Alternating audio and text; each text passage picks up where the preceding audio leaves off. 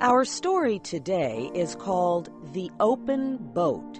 It was written by Stephen Crane and is based on what really happened to him in 1896. Crane was traveling from the United States to Cuba as a newspaper reporter.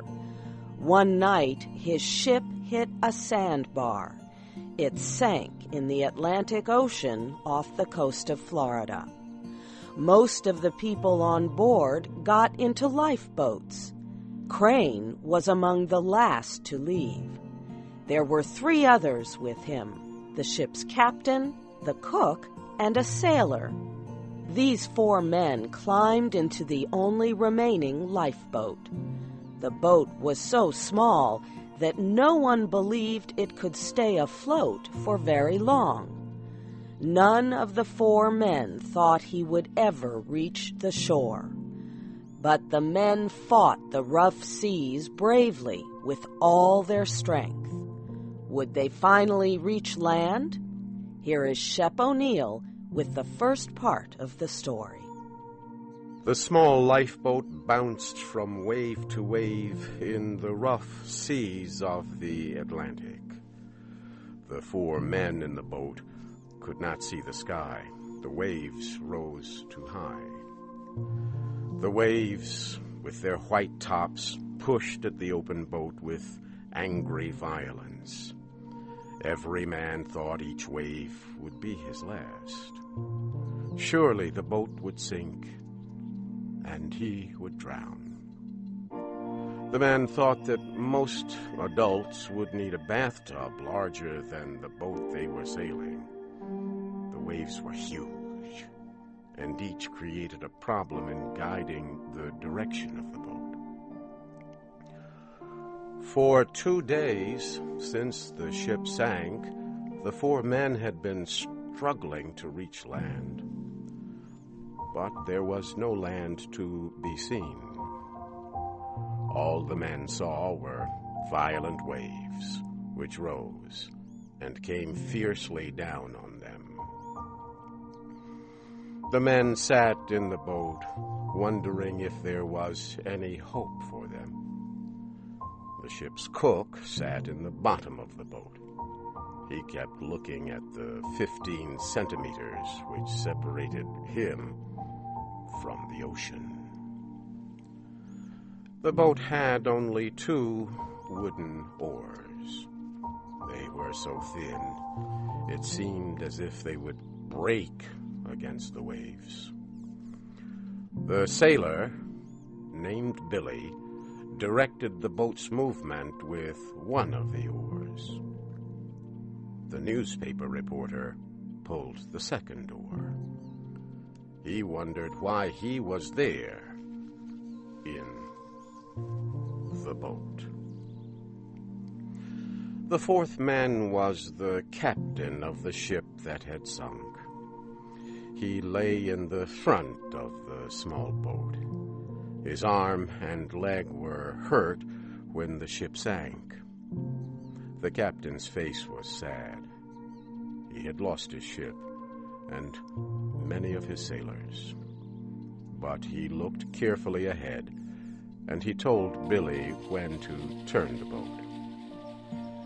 "Keep her a little more south, Billy," he said. "A little more south, sir," the sailor repeated. Sitting in the boat was like sitting on a wild horse. As each wave came, the boat rose and fell, like a horse starting toward a fence too high to jump. The problem was that after successfully floating over one wave, you find that there is another one behind it, just as strong and ready to flood your boat. As each wall of water came in, it hid everything else that the men could see. The waves came in silence. Only their white tops made threatening noises. In the weak light, the faces of the men must have looked gray. Their eyes must have shone in strange ways as they looked out at the sea. The sun rose slowly into the sky. The men knew it was the middle of the day because the color of the sea changed from slate gray to emerald green with gold lights, and the white foam on the waves looked like falling snow.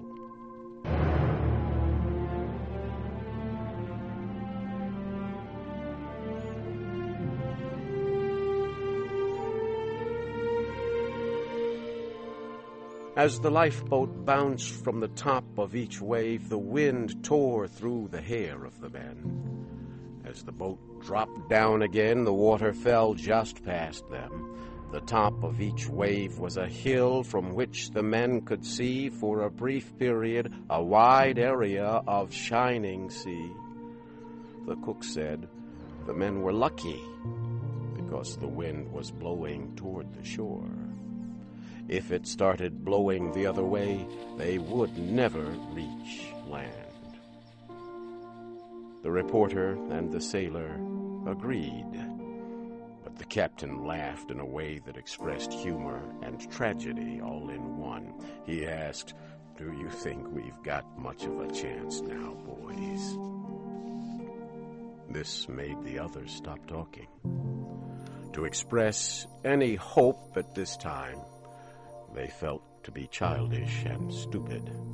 But they also did not want to suggest there was no hope, so they were silent. "Oh, well," said the captain. "We'll get ashore all right." But there was something in his voice that made them think, as the sailor said, "Yes, if this wind holds." Seagulls flew near and far. Sometimes the birds sat down on the sea in groups near brown seaweed that rolled on the waves. The anger of the sea was no more to them than it was to a group of chickens 1,000 miles away on land. Often the seagulls came very close and stared at the men with black bead-like eyes. The men shouted angrily at them, telling them to be gone. The sailor and the reporter kept rowing with the thin wooden oars. Sometimes they sat together, each using an oar. Sometimes one would pull on both oars, while the other rested. Brown pieces of seaweed appeared from time to time. They were like islands, bits of earth that did not move. They showed the men in the boat that it was slowly making progress toward land.